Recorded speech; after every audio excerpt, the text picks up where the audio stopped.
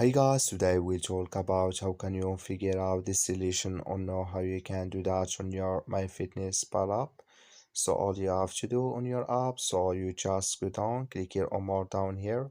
So when you click here on more, it's going to take you to this list here.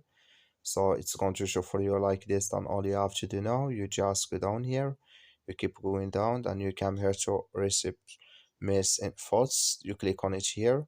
So then you click here on receipts here, then you click on create a receipt here. Just click on it. Then here, if you here add from the web here or enter ingredients manually here, can you select in this list? I'm going to, so you just click on here to web, then it's going to take you to this list. And here can you search or here or type URL here in this list. So I'm going to click here on cooking light here. So then you click here on important recipe here, then it's going to add video.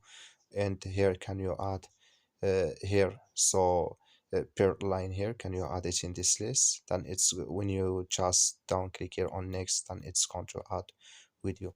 That's all you have to do. Thank you for watching. Don't forget to support us by liking, subscribe.